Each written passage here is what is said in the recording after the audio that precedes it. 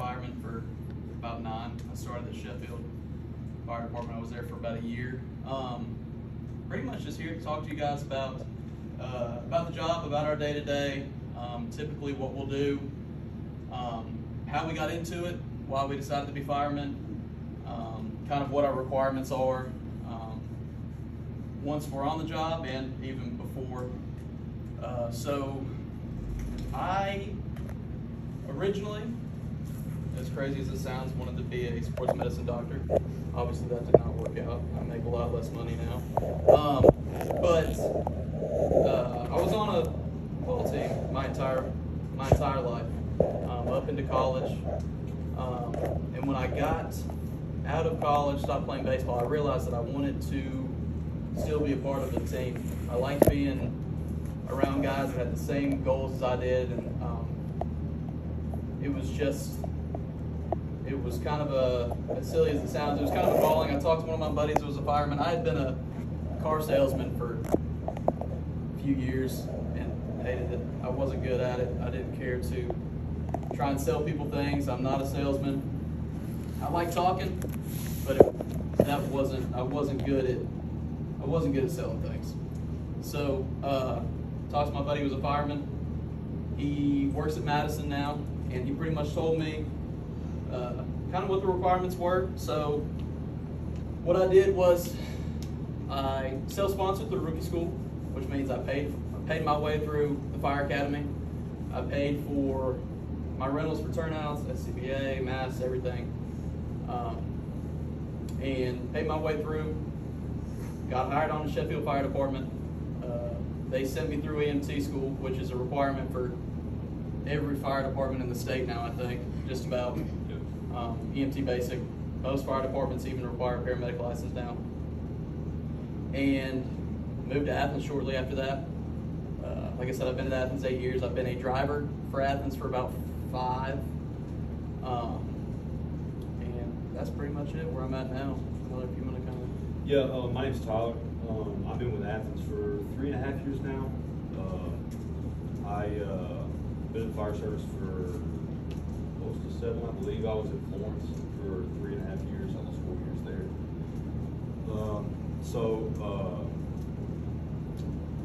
Coming out of high school, I didn't really know what I wanted to do, so I went to Calhoun for a while. To be honest with y'all, I screwed around and wasted a bunch of money. Me too. Don't we all? Yeah, and wasted a bunch of money and time, and still had no idea what I wanted to do. So I started looking into, I guess, EMS, EMT stuff. Went down to Tuscaloosa and got my EMT basic from the fire college down there. Started riding on a ambulance. I did that for 3, almost 4 years in the shoals, and then with Hemsey in Huntsville. Made the transition to the fire service and found out it's just a lot of EMS with a little bit of fire. But really enjoy it. I enjoy what I do. Yeah, right out of college, had no clue what I wanted to do. Really screwed around, but I am glad I ended up where I'm at. So day to day, 97% of our calls are medical assist, which are anything from lift assist, grandma falls over, we gotta go pick her up, to heart attacks, traumas, car accidents. We run all car accidents in the city, and any sort of rescue. And then 1% of the time, fires. That's pretty much it. I think if you're not around the fire service, you have this belief that the fire department's always running fires, and that's just not the case. Especially in Athens, but in most areas, it's especially with the uptick in fire prevention and how good everybody's gotten with fire prevention and that sort of stuff. We don't see a whole lot of fire anymore. When we do, it's a lot worse than it used to be because everything is combustible now. The building material is all combustible. It's nothing like it was 50, 60 years ago when, it would burn all day and you wouldn't have any sort of structural damage. It's just not that way anymore. So we don't run a whole lot of fires. So if fire department is something you're interested in, just know that you'll get to run fires and you'll get to run wrecks and things like that, but it's 95% medical right now, which is fine. We enjoy doing medical as well. I think we both signed up knowing that. Day to day, we do a pretty good job as a department of focusing on physical fitness.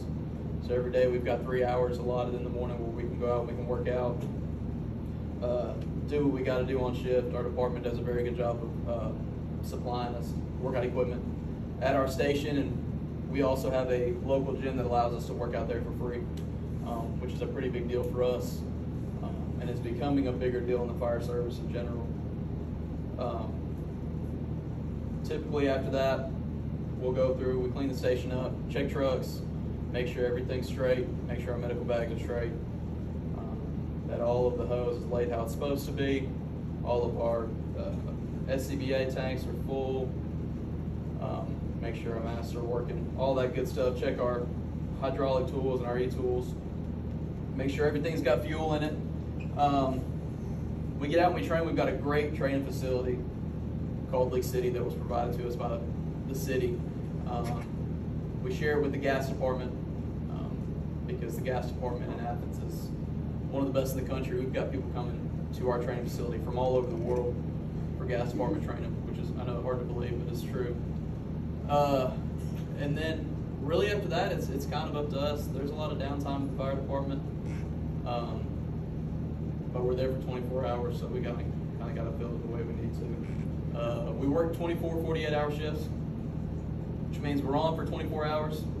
Stay at the fire department. We get in at 6:30 in the morning, leave at 6:30 the next morning, and then we're off for 2 days. So depending on what you like, it's a great shift for us. I enjoy it a lot. It gives us a lot of free time when we're not on shift. Most of our guys have second jobs that they work on their 2 days off, not because they need to, but we too much downtime ain't good, you know. So we gotta stay busy. So that's pretty much day to day requirements. GED, right, or a high school diploma? Yeah. GED or high school diploma. I think you got to be 18. So even if you get a GED before then, 18 years old. Athens Fire Department does not require you to be a fireman or firefighter certified before you apply, or to have your EMS license. You do have to pass a physical fitness test called the CPAT, which is required for every fire department in Athens. It's not easy, but it can be done. It's not too bad, and that's pretty much it as far as job requirements. Yeah, it's got a pretty low ceiling entry level stuff. I mean, it's tough to get into, but it's there's not very many boxes to check, so something that could be easily done. But you know, being a fireman, you're probably one of the most well-rounded individuals walking around. There's a lot of opportunity to train on different things. It's not just fire service, it's not just EMS. There's rope rescue stuff. There's confined space. There's elevator rescue, all kind of stuff that we're given the opportunity, you know, to go to classes, to train on each day, stuff like that. So you gain a lot of knowledge on the job that, you know, a lot of people don't walk around and just know. So you learn how to cook. You learn how to clean toilets. You know, but it's like it's a family that you just, I don't know. It's hard to describe. A lot of camaraderie. Yeah. I mean, it really is. You know, we spend, what is it, 4 months out of the year? A third of the year with the guys in the department. So, I mean, they're a second family. Yeah. If that's something that you enjoy is being part of, I don't know, it sounds silly, but part of something that's like bigger than you. It's the most rewarding job I've ever worked in my life. Yeah. It's the hardest. It's the most fun. I mean, I can't imagine doing anything different. Yeah, no doubt. It's the best job. It really is. So, I don't know. I feel like we covered everything. Please ask questions. Somebody ask me a question. Anybody. You can tell we're firemen. We're not public speakers. No. What's smoke cover class like? It's tough. It was rough. I went through in November, and we started with 31 guys, and I think 13 passed, 12 or 13.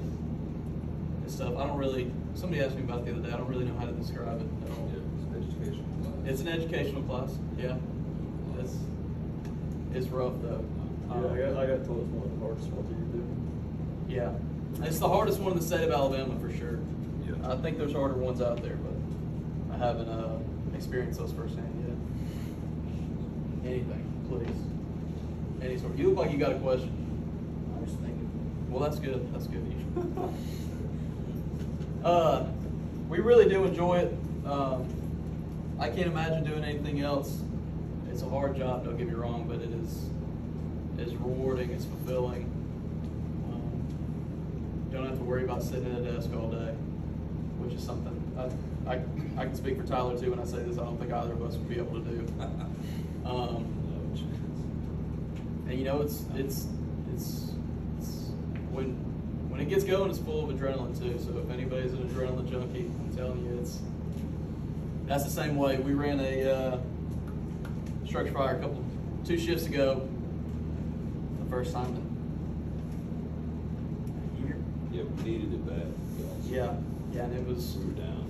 Yeah, and it was awesome. I mean, it really was. It's something that like I said, I've been in the job for 10 years, and I'll never get tired of that Oh feeling. yeah, it's good.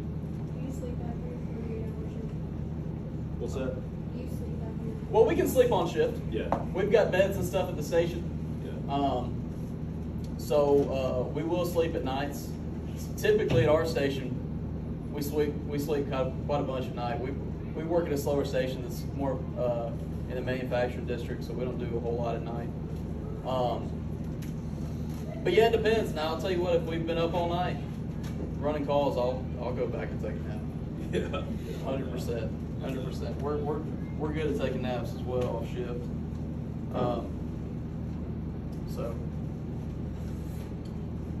anything else? See, I knew you had something coming. Other than sleeping, and when you're not on college, what do you do around the office or facility? So, like I said, we fill our days a lot with, like I said, we'll come in and we'll get a lift in, exercise, typically until about 9:30. Yeah. Yep. We will, and it takes us probably another hour and a half to check trucks and check bags and clean the station. Every morning we'll come in and clean the station. We'll wash the fire truck, check and make sure everything's straight on the truck. That gets us typically close to lunch. Yeah, pretty close to lunchtime. So what we're going to eat is a big thing. Yeah, we spend a lot of time worrying about what we eat. What we eat, what we cook. We'll make a grocery run normally at some point during the day, whenever time allows. And we've always got some sort of training plan. Yep. That could take anywhere from 30 minutes to a couple hours, just depending on what's going on. Yep. But there is definitely downtime where we're just hanging out. We've got, after every call we run, we've got to write reports for, so that fills a little bit of our day. Yeah. But after about 4:30, it's kind of our time. We can kind of do what we want. Hang out, watch TV, cook dinner, whatever. Some of the guys at the station play video games after hours. But really, especially after 4:30, we kind of just hang out. It's like being at your house. Yeah, with a bunch of dudes. So that's really what it is. Question? You got one? I thought you had one. Y'all not have a basketball goal? We got a basketball goal. We do. It's in shambles though. It's in bad shape. It's rough. Yeah, it's in bad shape. He can't play basketball. He's really bad at basketball. Not really bad.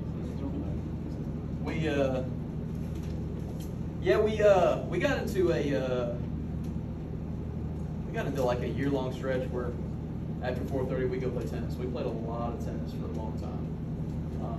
When we were up at Station 1, went to play at Swan Creek. We did a lot of that. On the weekends, sometimes we get out and we play tennis, or we go and we play like flag football at the rec. We did that a little bit. Got in trouble for that, though, so we'll do that. Is getting spooky season, you know, so we got some horror movies. Yeah, we we're do. Trying to get in. Yep, we do like watching horror movies. Stuff. But just normal stuff, man. It's just like, I mean, like I said, it's just like being at your house. After hours, like if you get all your stuff done, you're squared away, you're good to go. So. Yeah, we're pretty good about not doing just busy work. We do what we need to do, get what we need to get done, and after that it's kind of, you know, we try not to lounge around until 4:30, but we don't just have busy work until 4:30. If that makes sense. So we stay busy, but not with just. We don't just try to fill our days. We get our stuff done, do what we got to do. So I know I'm missing something. What was the craziest call you've had? God, I hate this question. I really do like this question, but I don't know if it's something I need to tell a bunch of high schoolers. Yeah, Some stuff. we've run some crazy stuff. You just tell y'all about the birds, man. We ran a fire We one did? time. Yeah, that's good. I don't know what street it was on. We were talking about all the way up here actually, but we had a structure fire in a I small think it was on house. McClellan. Yeah, small house, like 500 smaller square than this foot. room. Yeah, way smaller than this room. And this dude, he was out of the structure at the time, but I don't know what kind of birds they were. I think they're just little parakeets. Parakeets, Hundreds. like 200-300 parakeets in this house, like just flying about, not in cages. There was bird crap everywhere. Like it was wild. We spent an hour trying to catch parakeets and stick them in cages. Yeah, it was crazy. They were going everywhere. You'd never believe it if you didn't see it, but there was 300 parakeets in this house. No doubt. Yeah, just stuff like that. You just ride down the road. You don't. I never would have realized like some stuff that people be doing in their house like that, but they're doing crazy stuff. So yeah, it's a fun time though. Give me something. Give me something. You know too much. You already know enough about the fire service. I had to have missed something. Yeah, I don't think so. I think that's pretty much it. What's up? What kind of tools do y'all use? Oh, we got some hand tools right here. Very couple. These are a set of irons. It's a Haugen bar and a flathead axe. That's pretty standard as far as like breaching doors. Anything forcible entry. Right? Getting into I mean, we can get into most anything. We got, you know, the e-tools, the jaws of life. You see that a lot. Spreaders, cutters, stuff like that. Getting into vehicles. You can pop doors with those as well. Those used to all be hydraulic, where you have to carry around a pump, hook hoses to them and stuff. Yeah. Runs off the gas. But now, I think all of ours are e-tools now. They just require a battery that we can sit there and charge. Yeah. You can fully submerge them, all kind of stuff. They're awesome tools. They're heavy, but Yes, they're awesome tools. We use a lot of hooks and stuff, chainsaws. We got some winches in the department. Got a K12, like a K12 saw. K12. So we can use it for forcible entry as well. I'm trying to think of anything else. I mean, just a lot of small stuff too, like door chocks and just little stuff, wedges and whatnot. Yeah, me and Tyler keep just some clamps on our turnouts, and you can literally just use these, clip to a door to keep the door from closing. Or, you know, a lot of times if we're running hose and you've got those big heavy doors that close automatically, you can use these to keep those doors open so it doesn't pinch the hose. Door chocks you use the same way. These are just easier for us. Yeah, a lot of different stuff. I mean, if you can name a tool, we probably got it, or we're using it some way. Left-handed hammer. Left-handed? No, we're not doing that. Brett's left-handed. I am left-handed, but I can use whatever hammer. Yeah, we don't allow those on the truck. No, we don't. No, we don't. We're not doing that. I think that there's tons, like, so on Oh, I know. I can't use my right hand for nothing at all. You've seen that. Yeah, it's rough. Yeah, it's pretty rough bad. to watch, but he gets by. I'm trying to go through and think of what else we've got on the truck we can talk about. Yeah, I don't know. We've got a bunch of rope rescue stuff on our truck. Yeah. Can I leave for tech? Sure. I think Miss Story's right up the door. You probably ask. Go for it. Tell Miss Story we said you could go. What time are y'all swapping all that stuff? 11:15? We got 7 minutes. We can Okay. do 7 minutes.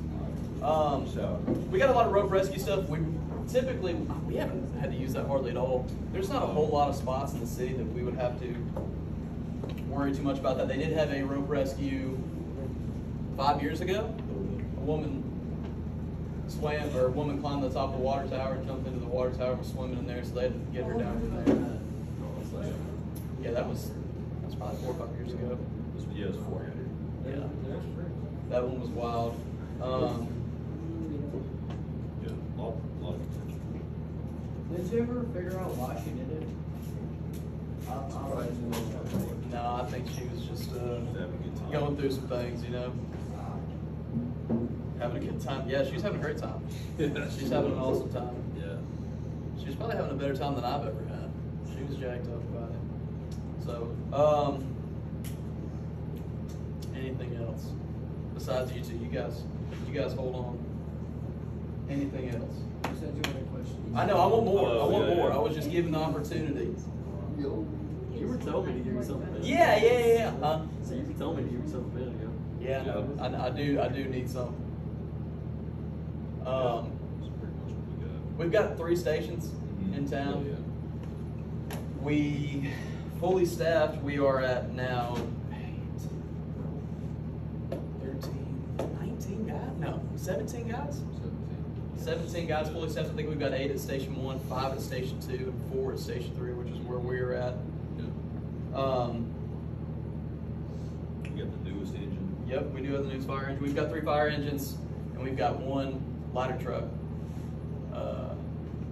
It's got a bucket on it. We call it the tower truck. So you can have guys that control it from the bucket.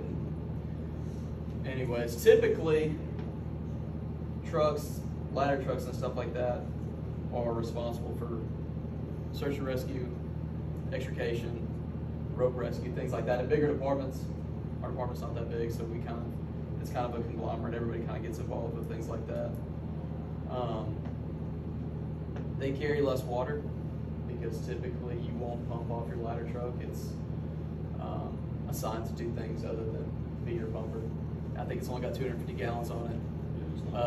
Engine 3, our engine's got 750, and then engine 2 has 1,000. 2's got 1,000. I think one's got 750 as well. Yeah.